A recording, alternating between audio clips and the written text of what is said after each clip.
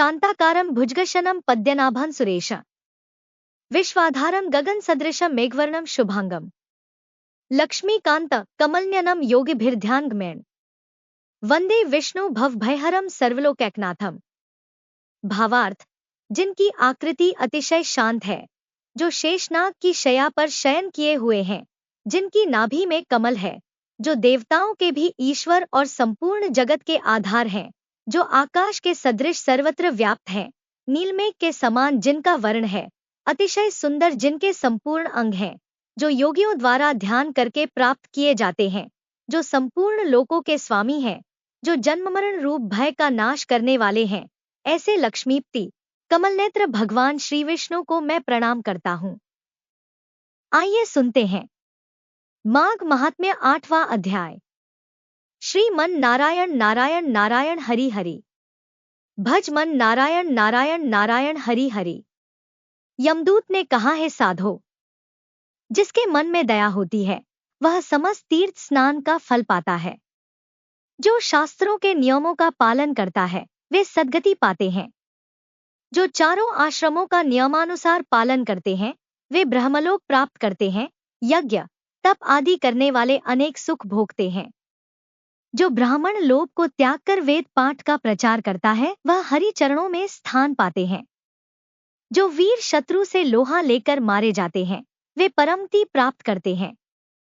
जो अनाथ, गौ, स्त्री, ब्राह्मण और शरणागत की रक्षा करते हैं वह मोक्ष पाते हैं। जो अपाहिजों पर दया, वृद्ध, बालक, रोगी, निर्धन आदि की सहायता करते हैं वे स्वर्ग प्राप्त करते हैं। आपत्ति के समय गौ और ब्राह्मण की रक्षा करने वालों की सद्गति होती है। जो प्राणी गौ ग्रास देकर भोजन करते हैं, कुएं तालाब आदि बनवाते हैं और सदैव जीवों पर दया करते हैं वे स्वर्ग पाते हैं। जलदान करने का महत्व सभी दानों से श्रेष्ठ है।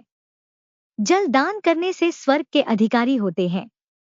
हे श्रोता, जो प्राणी नीम, पीपल, इमली, कैथ, आंवले, आम आदि के वृक्ष लगवाता है वह कभी नरक नहीं जाता है, चाहे वह निपुत्र ही क्यों न हो। उसकी 7 पीढ़ियों तक का तर्पण हो जाता है। मार्ग के किनारे छायादार और फूलों वाले वृक्ष लगाने वाला मोक्ष की प्राप्ति करता है।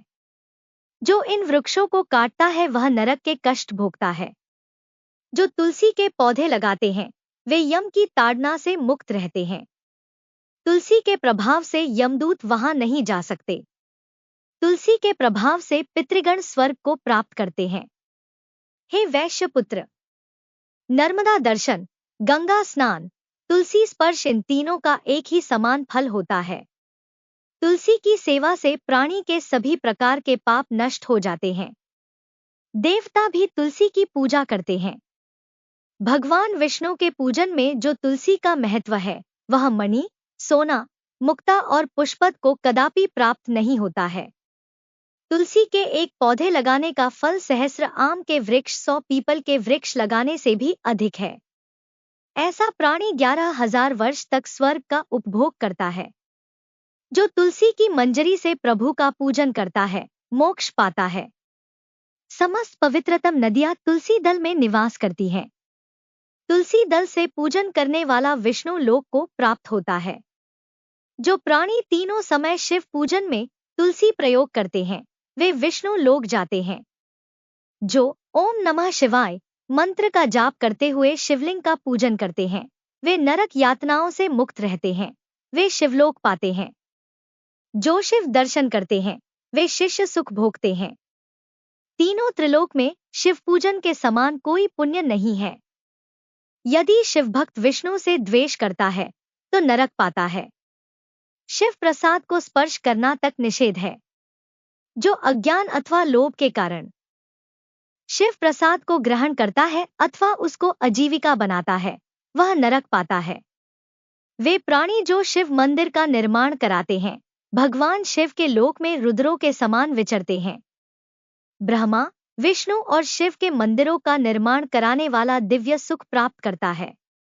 जो मंदिर, गौशाला, मठ, धर्मशाला, कुटी आदि का निर्माण कराता है अथवा जीर्णोद्धार कराता है स्वर्ग पाता है। जो यज्ञशाला, वेद मंदिर, विद्यालय अथवा ब्राह्मणों के लिए गृह निर्माण कराता है या मरम्मत कराता है, वह नरकगामी नहीं होता। जो इन स्थानों को नष्ट करता है, लोभ में पड़कर बेच डालता है, उनको आजीविका का साधन बनाता है, वह 21 बार महारौख नरक को भोगता है।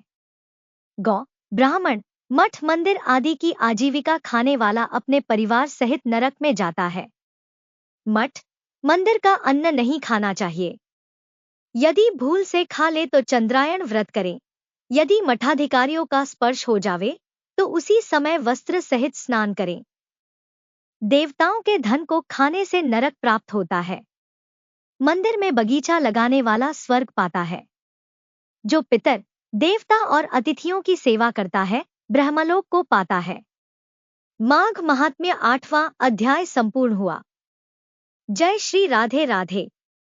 यम ब्रह्मा वरुणेन्द्र रुद्र मृत स्तुन्वन्ति दिव्य स्तवै ऋवेदे सांगपदक्रमोपनिषदैर्गायन्ति यम सामगा ध्यानावस्थित तद्गतेन मनसा पश्यन्ति य योगिनो यस्तानन् न विदु सुरासुरगणा देवाय तस्मै नमः।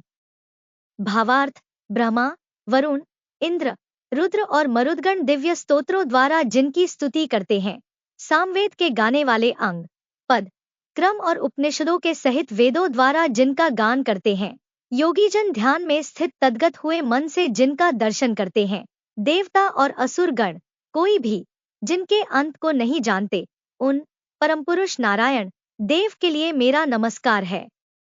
भक्तों, हमारे भक्ति चैनल 5M को सब्सक्राइब अवश्य करें और प्रतिदिन ऐसी ही धार्मिक कहानियां और कथाएं सुनें। जय श्री राधे राधे। आइए सुनते हैं माघ महात्म्य 9वां अध्याय। श्री मन नारायण नारायण नारायण हरि हरि।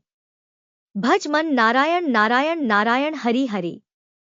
यमदूत बोला, हे वैश्य, दोपहर के समय मूर्ख, पंडित, विद्वान, पापी कोई भी अतिथि यदि घर आ जाए तो उसे अन्न जल देने वाला चिरकाल तक स्वर्ग का उपभोग करता है।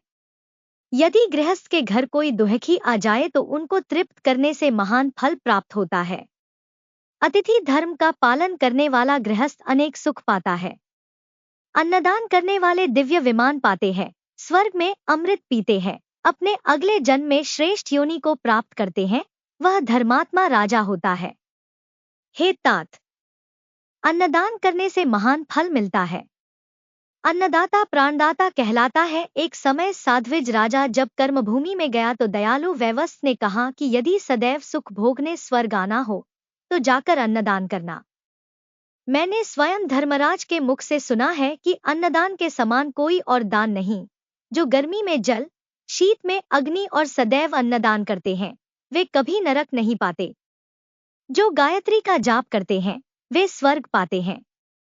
वेद मंत्रों के जाप से प्राणी के समस्त पाप नष्ट हो जाते हैं। जो दोनों समय यज्ञ करते हैं, व्रत करते हैं, तीर्थों पर स्नान करते हैं, सत्य बोला करते हैं, वे कभी यमद्वार नहीं देखते हैं। जो पराये अन्न को खाता है, वह पाप का भागी होता है। प्रातः स्नान करने वाला निष्पाप रहता है। जो बिना स्नान किए भोजन करता है, वह मल खाता है। माघ स्नान करने वाला मोक्ष पाता है। जो प्रातःकाल स्नान के बाद तिल दान करते हैं, नरक नहीं जाते। पृथ्वी, स्वर्ण, गौ आदि कई प्रकार के दान है। जो प्राणी इन वस्तुओं का दान करते हैं, वह स्वर्ग पाते हैं। जो व्यतिपात एवं संक्रांति को इनका दान करता है, वह दिव्य सुख भोगता है। जो क्रोध को त्यागे, क्षमा भाव रखे, परनिंदा न करे, परद्रव्य से बचे, वह नरक से दूर रहता है। जो तीर्थों को आजीविका का साधन बनाता है, जो गंगा को केवल नदी समझता है, वह घोर नरक को प्राप्त होता है। प्राणी को चाहिए कि नरक से बचने के लिए तीर्थ पर दान न ले, धर्म को न बेचे। ऐसा करने वाला। माघ महात्म्य 9वां अध्याय संपूर्ण हुआ। जय श्री राधे राधे। और इस चैनल पर नए हैं तो इस चैनल को सब्सक्राइब अवश्य करें। जय श्री राधे राधे। नमो नारायणा।